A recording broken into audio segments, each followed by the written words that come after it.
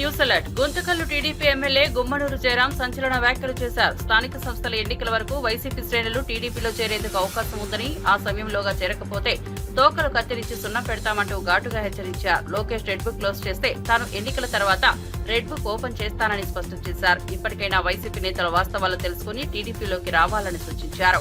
ప్రజలు తాము చేసే సేవలను గుర్తించి అధికారంలోకి తెచ్చారని, టీడీపీ నేతల పట్ల అసభ్యంగా ప్రవర్తించినా వారిని క్షమించబోమని గుమ్మనూరు హెచ్చరించారు. ఈ వ్యాఖ్యలు ఇప్పుడు రాజకీయంగా తీవ్ర చర్చనీయాంశంగా మారాయి.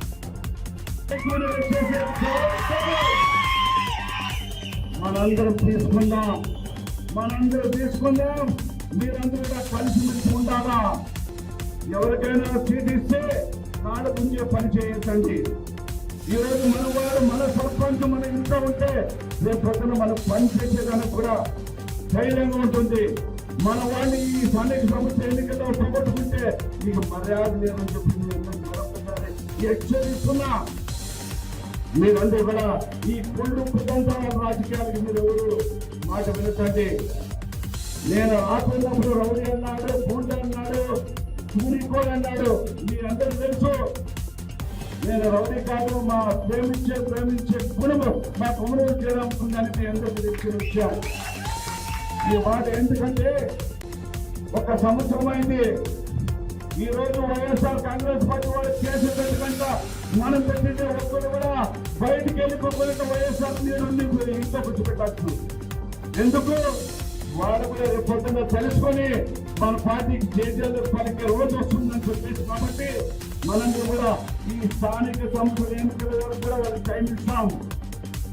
వచ్చి మార్చుకొని మా పార్టీలోకి వచ్చి మా పార్టీ తీర్థం తెచ్చుకొని మా ఆశీర్వాదం పొందితే కానీ లేదా రేపు స్థానిక సంస్థల ఎన్నికల్లో పని ఊపుకోమంటారు.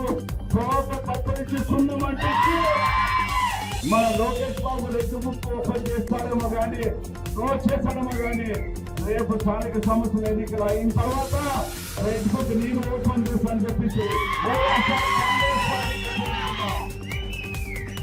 ఇది ఊరిక మాట కాదు. ఖచ్చితంగా మీ అందరూ కూడా ఇలాగే కసిగా ఉండాలా. రేపు రాబోయే ఎన్నికల్లో మీరందరూ కూడా కలిసిమెలిసి సర్పంచ్ పెట్టినా సర్పంచ్ గెలిపించుకుందాం, ఎంపీటీసీలు పెట్టా ఎంపీటీసీలు గెలిపించుకుందాం, జెడ్పీటీసీలు పెట్టా జెడ్పీటీసీలు గెలిపించుకుందాం. ఈ రోజు జెడ్పీటీసీ ఒక కాస్ట్ అయితే ఎంపీపీ ఒక కాస్ట్. మేము మీ అందరూ మాటిస్తున్నా. ఎంపీపీ ఒక కాస్ట్ అయితే జెడ్పీటీసీ ఒక కాస్ట్.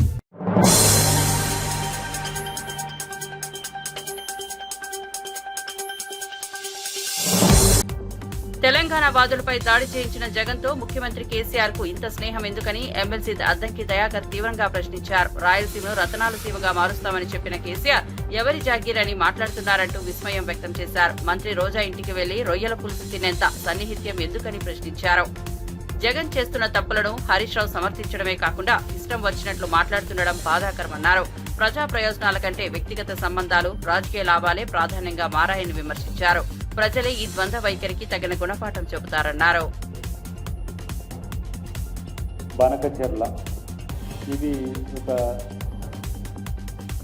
సమస్యాత్మక అంశంగా, లేదంటే కాంగ్రెస్ పార్టీ ఏదో తప్పు చేస్తున్నట్టుగా బీఆర్ఎస్ తర్వాత ఇతర మిత్రులు మాట్లాడుతున్న వాటి విషయంలో స్పష్టత ఇచ్చేందుకు ఒక ప్రయత్నం మీ ద్వారా చేయాలనే ఉద్దేశం ఉంది. ప్రత్యేకించి హరీష్ రావు మాట్లాడుతున్న తీరు గమనిస్తున్నాం. నిన్న ఆయన మాట్లాడిన తీరు చూస్తే చేసేది తప్పు, దాన్ని సమర్థించుకోవడానికి ఇష్టం వచ్చినట్టుగా మాట్లాడుతున్నాడు. తర్వాత ముఖ్యమంత్రికి ఈరోజు బేసిన్ల మీద అవగాహన లేదనే ఒక పిచ్చికూతలు కూర్చున్న పరిస్థితి మనం గమనిస్తున్నాం. ముఖ్యమంత్రి అయ్య జాగీరా, లేదంటే ఆయన ఇష్టం వచ్చినట్టు చేయడానికి ఏంది, ఇదేమన్నా రాజరికమా అంటే, మీరు టీఆర్ఎస్ నాయకులు, మీరు కేసీఆర్ తెలంగాణ మీ అయ్య జాగీర్గా అనుకొని చేసిండ్రా ఇవన్నీ కూడా. ఈరోజు కృష్ణాకు సంబంధించిన అంశంలో ఇష్టానుసారంగా రాయలసీమను రతనాల సీమగా చేసేందుకు కేసీఆర్ అయ్యజాగిరని చేయబోయిందా? రోజా ఇంటికి వెళ్ళి రొయ్యల పులుసు తిని తెలంగాణ ముఖ్యమంత్రి అనుకున్నాడా, లేకపోతే రాయలసీమ ముఖ్యమంత్రి అనుకున్నాడా? జగన్ను పిలిచింది ఇక్కడికి 4 సార్లు ఏదో సమావేశమైంది వాళ్ళు. జగన్ను తెలంగాణకు వ్యతిరేకంగా అన్ని పార్టీలు తెలంగాణకు అనుకూలంగా ఉంటే తెలంగాణకు వ్యతిరేకంగా ఎల్బీ స్టేడియంలో మీటింగ్ పెట్టి తెలంగాణ వాదుల మీద దాడులు చేసిన సంస్కృతి ఉన్నది. మరి జగన్తో ఈ దోస్తాన్ ఎక్కడుండే మీకంతా? ఎందుకు ఆ స్థితికి దిగజారిండ్రు? తెలంగాణ ఇవాళ ప్రజలు అఫ్కోర్స్ మేము తెలంగాణ ఇచ్చినామన్నా, తెలంగాణ తెచ్చినామని మీరంటే ఒకసారి పొరపాటున మీకు అధికారం ఇస్తే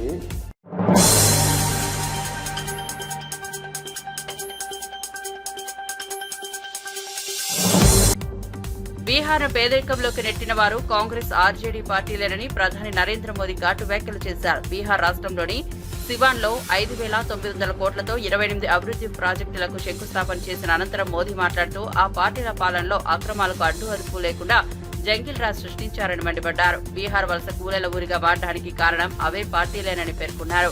వారి పాలన ప్రజల అవసరాలను విస్మరించి కేవలం కుటుంబ సంపదను పెంపే లక్ష్యంగా సాగిందని విమర్శించారు. కాంగ్రెస్ లైసెన్స్ లో రాజులో నేతలు ధనవంతులయ్యారని, పౌరులు మాత్రం పేదలుగా మిగిలిపోయారన్నారు.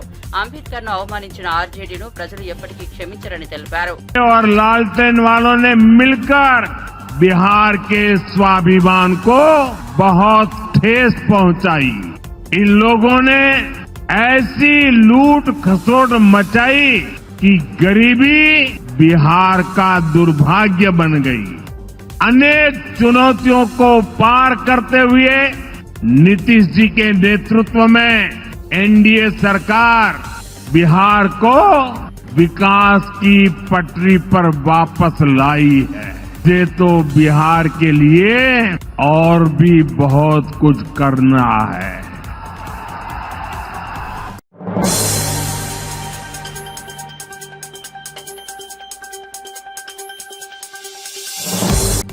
తెలంగాణ ముఖ్యమంత్రి రేవంత్ రెడ్డిపై బీఆర్ఎస్ మాజీ ఎమ్మెల్యే జీవన్ రెడ్డి తీవ్ర స్థాయిలో విమర్శలు గుప్పించారు. రేవంత్ రెడ్డి గొరవింద గింజలా ప్రవర్తిస్తున్నారని, దొంగే దొంగ అని అరిచే తీరుగా ఆయన తీరు మారిందన్నారు.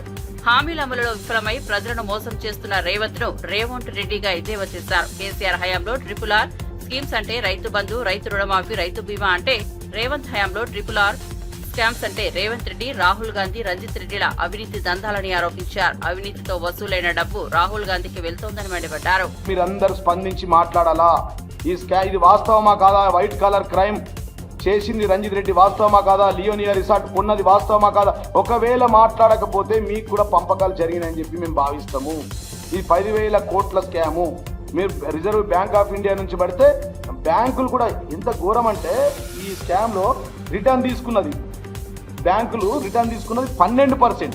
ఆ మీడియా మిత్రులకు అది కూడా చెప్తా. బ్యాంక్ ఆఫ్ బరోడా 100% 6,45,00,000 ఇస్తే 606 కోట్లు ఇస్తే తీసుకున్నది 13%. అంటే ఒక 60 కోట్లు తీసుకుంటారు.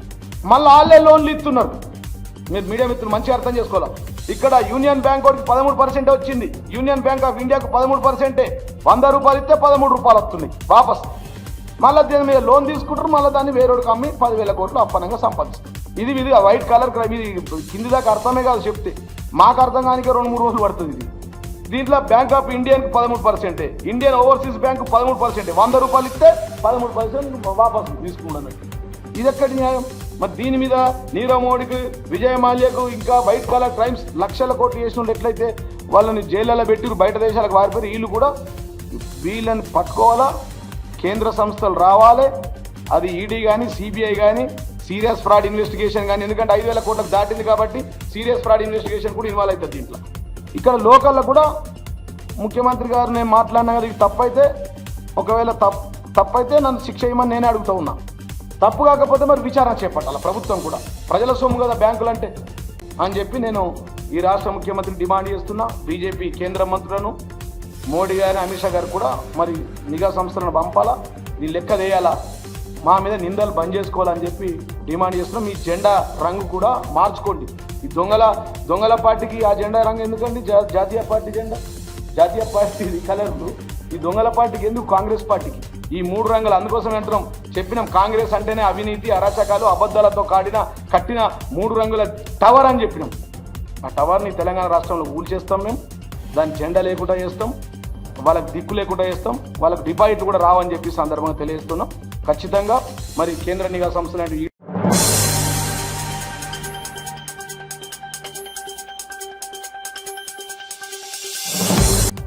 హైదరాబాద్ లో ట్రాఫిక్ నిర్వహణలో పోలీసులు మెరుగైన ఫలితాలు సాధిస్తున్నారని పోలీస్ కమిషనర్ సివి ఆనంద్ వెల్లడించారు. గత ఏడాది యావరేజ్ స్పీడ్ 15 నుంచి 18 కిలోమీటర్ల పైన ఉండగా ప్రస్తుతం 26కు పెరిగిందని తెలిపారు. ఎస్ఐల నుంచి పై స్థాయి అధికారులతో సమావేశం నిర్వహించి ట్రాఫిక్ యాక్షన్ ప్లాన్ పై చర్చించారు. ఆపరేషన్ రోప్, వీఐపీ మూవ్మెంట్ నిర్వహణ తదితర చర్యల ద్వారా ట్రాఫిక్ క్రమబద్దీకరణ మెరుగవుతోందన్నారు.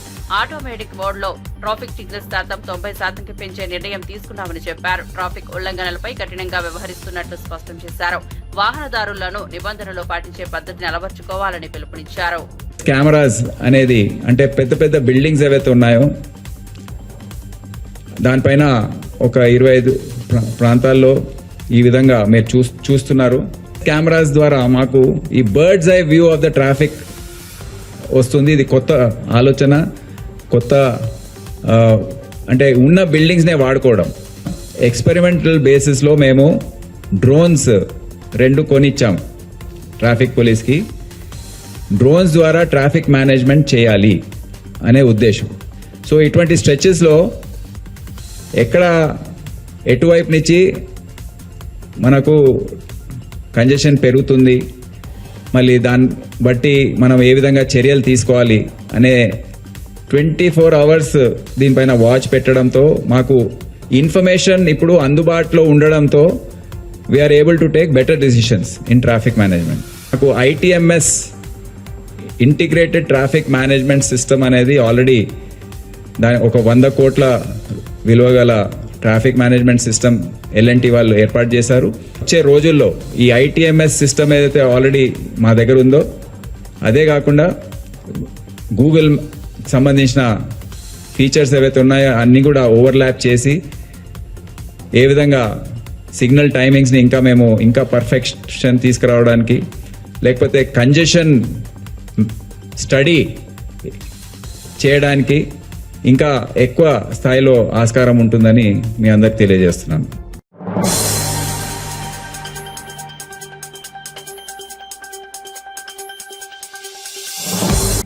కాళేశ్వరం ప్రాజెక్టుపై సిపిఐ రాష్ట్ర కార్యదర్శి కూనంనేని సాంబశివరావు కీలక వ్యాఖ్యలు చేశారు. మేడిగడ్డ, అన్నారం, సుందిల బ్యారేజీల రిపేర్లకు 20,000 కోట్లు ఖర్చవుతుందని, వరద ఉధృతి వల్ల భవిష్యత్తులో మరోసారి ఇవి నాశనం కావచ్చని నిపుణుల అభిప్రాయాన్ని ప్రస్తావించారు. వాటికి బదులుగా 3 ప్రాజెక్టులను పూర్తిగా తొలగించి అందులోని పంపులనే వాడుతూ ప్రాణహిత ప్రాజెక్టును పూర్తి చేస్తే చాలని సూచించారు.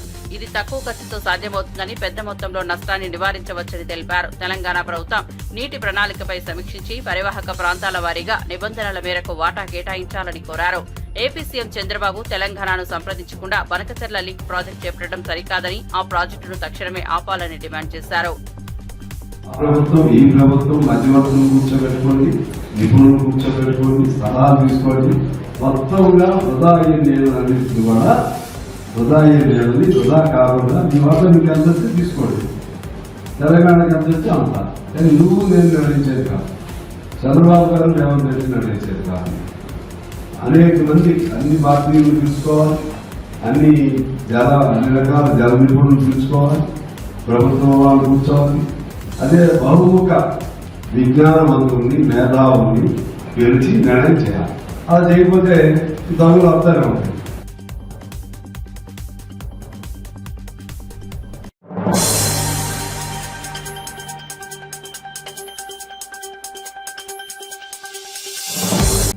వైఎస్ఆర్సీపీ అధినేత వైఎస్ జగన్మోహన్ రెడ్డి రెంటపాల పర్యటనను అడ్డుకోవాలని కూటమి ప్రభుత్వం చేసిన ప్రయత్నాలు పూర్తిగా విఫలమయ్యాయని మాజీ మంత్రి విడుదల రజని వ్యాఖ్యానించారు. ఆమె మీడియాతో మాట్లాడుతూ కూటమి ఒత్తిళ్లతో పోలీసులు ఎన్నో ఆంక్షలు విధించినప్పటికీ ప్రజలు జగన్ కు అపూర్వ స్వాగతం పలికారని తెలిపారు. వైఎస్ఆర్సీపీ శ్రేణులపై పోలీసుల బెదిరింపులు జరుగుతున్నా వారెవరూ భయపడరన్నారు. జగన్ కాన్వాయ్ వల్ల ఓ వ్యక్తి మరణించారన్న ఎల్లో మీడియా ప్రచారం పూర్తిగా అవాస్తవమని, ప్రజల మద్దతును దెబ్బతీయాలని కుట్రగా తప్పుడు వార్తలు విస్మరించారని విమర్శించారు. వైఎస్ జగన్ అంటే నమ్మకం, చంద్రబాబు అంటే మోసం అనే అభిప్రాయం ప్రజలలో స్పష్టంగా కనిపిస్తోందని రజని చెప్పారు. Jagananna is crowd puller.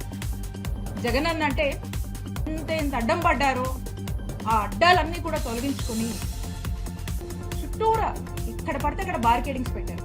ఆ బార్కేడ్లు కూడా లెక్క చేయకుండా పొలాల్లోంచి, ఇంకా చాలా మంది విజువల్స్ సోషల్ మీడియాలో కానీ చాలా మంది కూడా తెలుసు, పొలాల్లోంచి ఎక్కడ దారి లేకపోయినా ఏదో ఒక దారి వాళ్ళు చూసుకొని న్యాచురల్ కనీసం ఆ ప్రోగ్రాంలో మంచి నీళ్లు కూడా లేనటువంటి పరిస్థితులు, ఏ షాప్ కూడా ఓపెన్ చేయండి, పొద్దు నుంచి జనం అంతే కూర్చొని ఉన్నారు. అంత పెద్ద ఎత్తున మీరు రెస్ట్రిక్ట్ చేసినా కూడా ఎక్కడ ఎవరు దేనికి ఆశిస్తారు.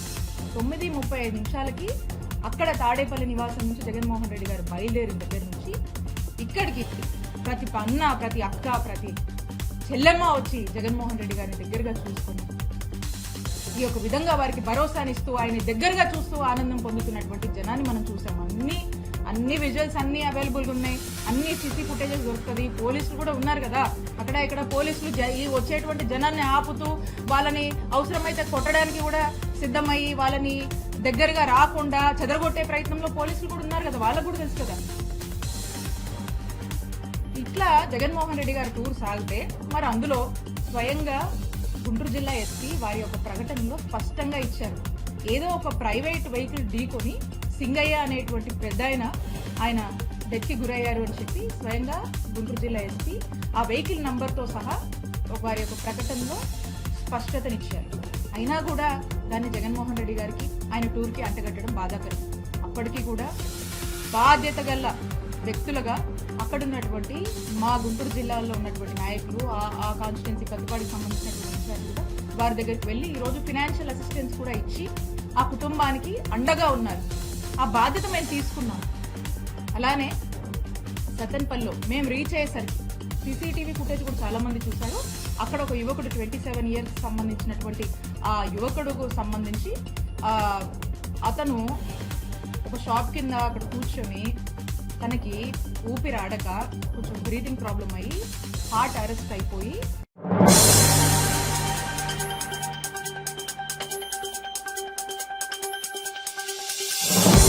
వైసీపీ శ్రేణులు ప్రదర్శించిన రప్ప నరుకుతాం పోస్టర్లను జగన్ సమర్థించడం దారుణమని షర్మిల మండిపడ్డారు. ఒక పార్టీ అధ్యక్షుడిగా జగన్ సమాజానికి ఏ సందేశం ఇవ్వదలుచుకున్నారో స్పష్టం చేయాలన్నారు. రెచ్చగొట్టే హింసాత్మక వ్యాఖ్యలు ప్రజాస్వామ్యానికి విరుద్దమని పేర్కొన్నారు.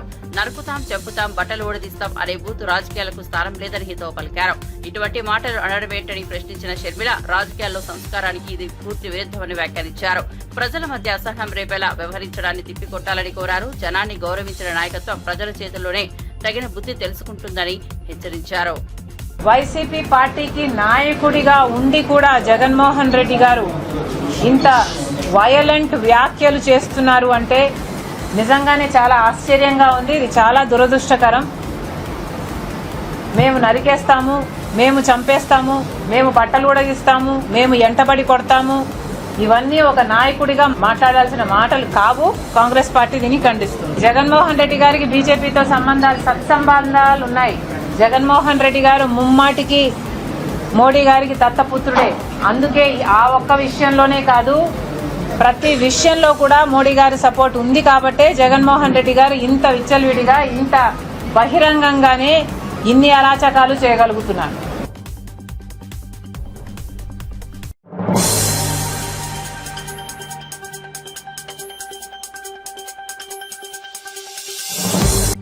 వైఎస్ జగన్మోహన్ రెడ్డి భూమి మీద లేకుండా చేయాలని కూటమి ప్రభుత్వం కుట్ర చేస్తోందని వైఎస్ఆర్సీపీ అధికార ప్రతినిధి కారుమూరు వెంకటరెడ్డి తీవ్ర ఆవేదన వ్యక్తం చేశారు. చంద్రబాబు నాయుడు చేసిన జగన్ భూస్థాపితం చేస్తాం అనే వ్యాఖ్యలు ఈ అనుమానాలకు మరింత బలం చేకూరుస్తున్నాయని చెప్పారు. కూటమి నేతల మాటలన్నీ ఒక లక్ష్యంతోనే వస్తున్నాయని, జగన్ కు ప్రాణహాని తప్పదనే సంకేతాలు స్పష్టంగా కనిపిస్తున్నాయని పేర్కొన్నారు. ప్రజల ఆమోదంతో వచ్చే అధికారంలో ఉన్న నాయకుడిపై ఇలా ప్రవర్తించడం పూర్తిగా అన్యాయమని అన్నారు. జగన్ కి ఏదైనా జరిగితే పూర్తి బాధ్యత కూటమి ప్రభుత్వానిదేనని హెచ్చరించారు. వైఎస్ఆర్సీపీ శ్రేణులు జగన్ భద్రతపై అప్రమత్తంగా ఉండాలని కారుమూరు పిలుపునిచ్చారు. కుట్రలు జరుగుతా ఉన్నాయా? ఈ విధంగా జగన్మోహన్ రెడ్డి గారు లేకపోతే వీళ్ళ ఆటలు వీళ్ళ ఇష్టం వచ్చినట్టుగా సాగుతాయి కదా, ఇంకా ఈ రాష్ట్రంలో ప్రశ్నించే గొంతు ఉండదు కదా అనేటటువంటి ఆలోచనకి ఏమన్నా తెరలేపారా అనేది ఈ రోజు ప్రజలందరిలో వినిపిస్తున్నటువంటి అనుమానాలు. ఎందుకంటే సాక్షాత్తు ప్రస్తుత స్పీకర్ గా ఉన్నటువంటి అయ్యన్న పాత్రుడు గారు ఆయన జగన్మోహన్ రెడ్డి ని లేపేస్తే అంటే ఆయన లేకుండా పోతే శాశ్వతంగా ఆయన లేకపోతే నీ పార్టీ ఉండదు, లేదా అప్పుడు దాకా ఈ పార్టీకి ఏం కాదని చెప్పి ఆయన మాట్లాడినటువంటి మాటలు. ఎందుకంటే మొన్న ఒక జగన్మోహన్ రెడ్డి గారి పర్యటనలో ఏదైతే ఒక ఫ్లెక్స్ ఒక అతను ప్రదర్శిస్తే దాని మీద ఈ కూటమి ప్రభుత్వం మొత్తం రాద్ధాంతం చేస్తూ దాన్ని జగన్మోహన్ రెడ్డి గారిని ఆ కుట్రలోకి వేసేసి ఎవరో జగన్మోహన్ రెడ్డి గారిని ఏదేదో చేశారు అని చెప్పి అలా ఏమన్నా చేయడానికి ప్రయత్నిస్తుందా అనేది ఈ రోజు బుచ్చి చౌదరి గారి మాటల్ని బట్టి అనుమానాలు కలుగుతా ఉన్నాయి. ఎందుకంటే జగన్మోహన్ రెడ్డి గారు నిన్న 2 గంటల పాటు సుదీర్ఘమైనటువంటి ప్రెస్ మీట్ పెట్టి ఈ రాష్ట్రంలో జరుగుతున్నటువంటి దమన కాండ మీద, ఈ రాష్ట్రంలో జరిగినటువంటి అత్యాచారాల మీద, ఈ సంవత్సర కాలంలో జరిగినటువంటి అత్యాచార హత్యల మీద, జరిగినటువంటి హత్యల మీద, అదే విధంగా ఈ కూటమి ప్రభుత్వం ఇస్తానన్నటువంటి ఏ ఒక్క వాగ్దానాన్ని అమలు చేయకుండా ప్రజలను ఏ విధంగా మోసం చేసిందో ఆ మోసం చేసినటువంటి దాని మీద విత్ ప్రూఫ్స్ తో, విత్ ఆధారాలతో జగన్మోహన్ రెడ్డి గారు ప్రెస్ మీట్ పెడితే, కానీ తెలుగుదేశం పార్టీకి సంబంధించినటువంటి నాయకులు దానికి పూర్తి విరుద్ధంగా జగన్మోహన్ రెడ్డి గారు ఆ రపా అనేటటువంటి దాని మీద మాట్లాడారు. సో ఈయన్ని జగన్మోహన్ రెడ్డి గారిని అసలు ఇక్కడ లేకుండా చేయాలి అనే విధంగా వాళ్ళు ఒక్కొక్కరు వచ్చి ప్రెస్ మీట్ పెడుతున్నారంటేనే జగన్మోహన్ రెడ్డి గారి మీద ఏదైతే వీళ్ళు ఏదన్నా దాడులు చేయించి జగన్మోహన్ రెడ్డి గారిని ఇక్కడ లేకుండా చేయాలనేటటువంటి ఒక బలమైనటువంటి కుట్రకి తెరలేపారు అనేటటువంటి అనుమానాలు ఈ రోజు కలుగుతా ఉన్నాయి. అర్జెంట్ గా గోరంట్ల బుచ్చే చౌదరి గారిని మీద కేసు పెట్టి ఆయన అరెస్ట్ చేసి విచారించాలి, లేదంటే ఈ అనుమానాలు ఇంకా బలపడతాయి. ఎందుకంటే ఈ రాష్ట్ర ప్రతిపక్ష నాయకుడు మాజీ ముఖ్యమంత్రి జగన్మోహన్ రెడ్డి గారు లేకపోతే వీళ్ళ ఆటలకు ఇష్టారేజ్గా చెలరేగుతారు కాబట్టి సో ఆయన లేకుండా చేయాలనేటటువంటి ఓ కుట్రకి వీళ్ళు తెరలేపారు అనేది స్పష్టంగా కనపడతా ఉంది. ఎందుకంటే నిజంగా వాళ్ళు ప్రెస్ మీట్ దేని మీద పెట్టాలి, నిజంగా జగన్మోహన్ రెడ్డి గారు చెప్పినటువంటి ఆధారాలతో సంబంధించినటువంటి లెక్కల మీద పెట్టాలి. కానీ వీళ్ళు ఒక్కొక్కరు వచ్చి జగన్మోహన్ రెడ్డి గారు ని లేకుండా చేస్తాం, భూస్థాపి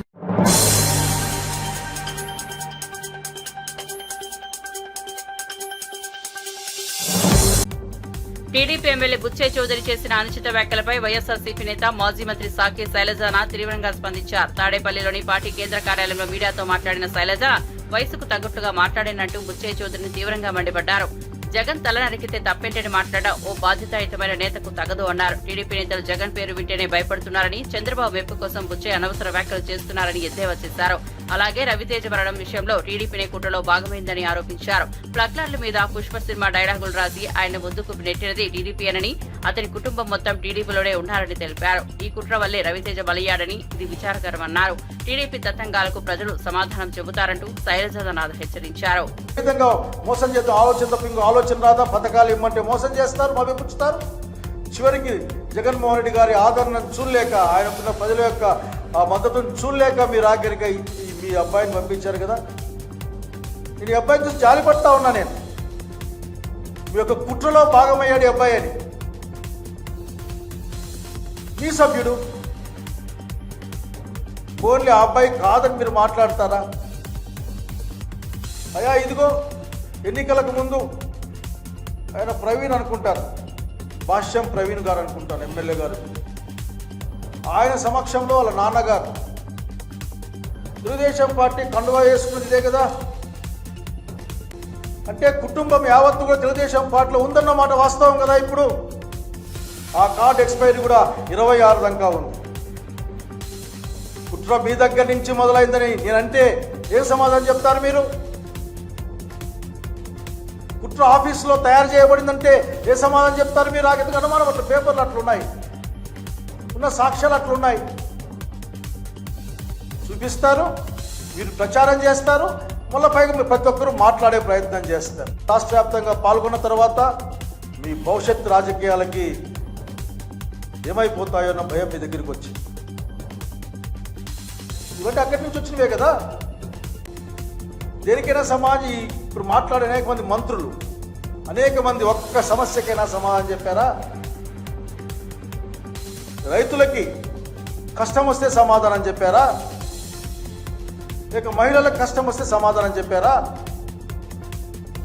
లేక ప్రైవేట్ మెడికల్ కాలేజీలకు అమ్ముకోవాలి సిద్ధంగా ఉంటే ప్రభుత్వాన్ని అమ్మకూడదని మీరేమన్నా గవర్నమెంట్ కాలేజీలు గవర్నమెంట్లో ఉండాలని చెప్పడానికి మీరేమన్నా ముందుకొచ్చారా? 1,50,000 కోట్ల రూపాయలు అప్పు చేసే చంద్రబాబు నాయుడు గారు ఇది ప్రజల డబ్బు, ఇది ప్రజల కోసం వెళ్ళాలని చెప్పడానికి మీరు ముందుకు వచ్చారా? మీ నోట్ల నుంచి మాట్లాడరా? చూడు కొద్దిమంది చాలా అప్పుడప్పుడు వచ్చి మాట్లాడతారు.